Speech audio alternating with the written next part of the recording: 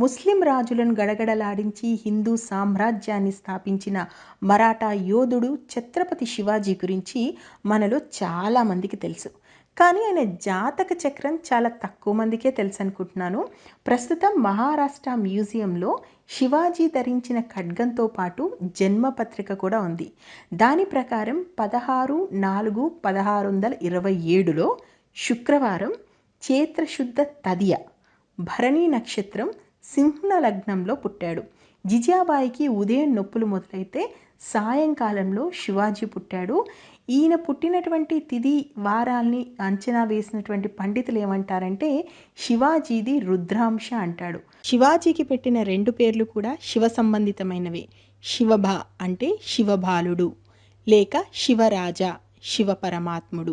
ఏది ఏమైనా చరిత్రలో నిలిచిపోయినటువంటి శివాజీకి మాత్రం జోహార్.